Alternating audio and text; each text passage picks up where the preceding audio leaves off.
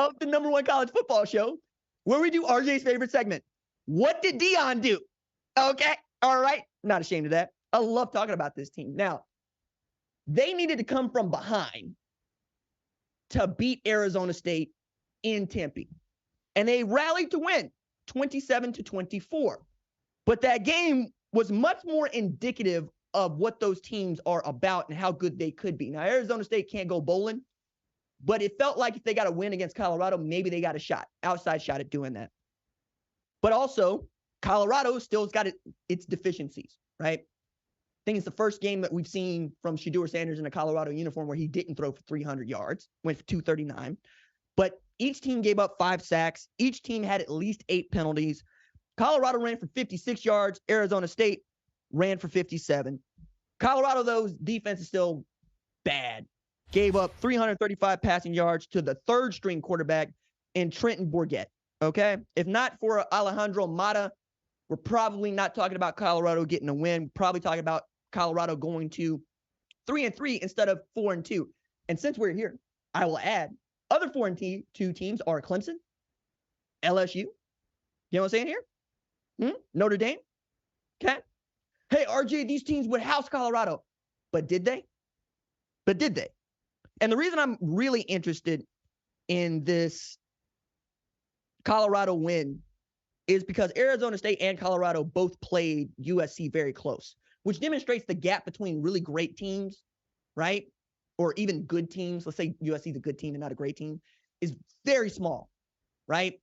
Everybody's got their things they're working at. But right now, it's not working the way that Prime wants it to work. Now, we've talked about what the expectations are for this team now going forward. I think going bowling would be tremendous. They're up 400% on their win total from last year, right? If you're a Colorado fan, you're already winning. But getting 2 more wins gets them to bowl eligibility, and getting them to a bowl game would just be the best bomb for this Colorado football team, and also a great jumping off point for their re-entry into the Big 12, let alone which one of these teams is going to be great in Utah or Colorado when they join the Big 12, or even Arizona after what they pulled against USC, or Arizona State, what they pulled against USC and Colorado. It's going to be very strong in the Big 12. But Prime ain't happy. And I've always thought it was interesting, not just what Prime is going to do when they're winning, but what he's going to do when it's not going as well as he wants it to go. And I got to see a glimpse of that in his post-game press conference following the win against Arizona State, where he had to keep apologizing for not being more elated about the win because, as he put it, they played like hot garbage.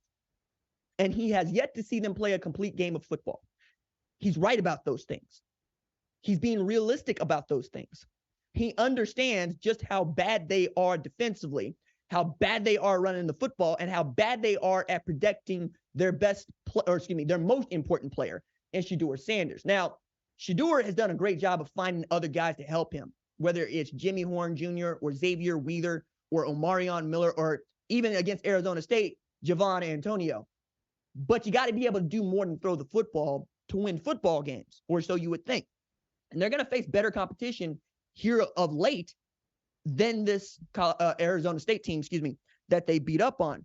But I think the reason that he's pissed, and the reason that you should really pay attention, is Prime doesn't look at football the way that some of us look at it, as being extremely difficult to go win football games. You should be humble about winning football games. You should believe that, hey, anybody can lose. That's not who he has been as a player. Until now, it is not who he has been as a coach. He loves football for the same reason that I love doing this show. I'm the best at this. I can do this better than anybody on earth can do this. Or so the belief goes, right? The confidence goes. So when you see not hitting your own expectations for what greatness is, yeah, you're going to pull your own card. I make mistakes like everybody else. I'm sure Deion makes mistakes too.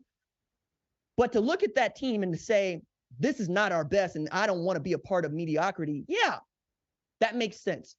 He left playing baseball, where he played in a World Series, because he was not great.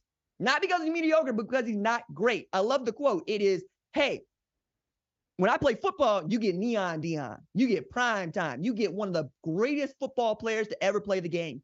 When he plays baseball, you get Deion.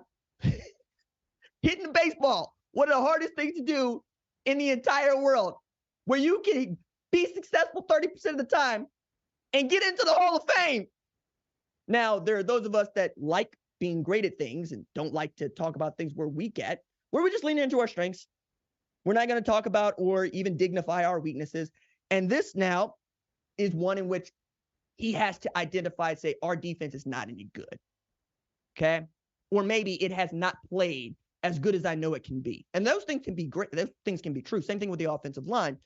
But as this continues to go on, and as you see Colorado not dominating people and needing to come from behind to win football games and needing to get lucky like other football teams, we're going to continue to see Prime continue to take his team to task because he's not chasing bowl eligibility. He's not chasing a Pac-12 championship. He is chasing national championship. It is a man who showed up to the national championship game where Georgia thumped Texas Christian, unlike any team has ever been thumped in a bowl game, and said, we got to get here. And he said it as the head coach at Colorado.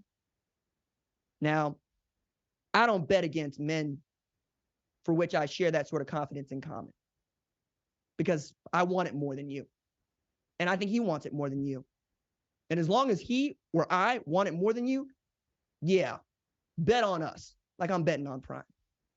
Thank you for watching the #1 college football show. Please remember to subscribe to the channel and like this video so that you don't miss any of the best college football coverage in America.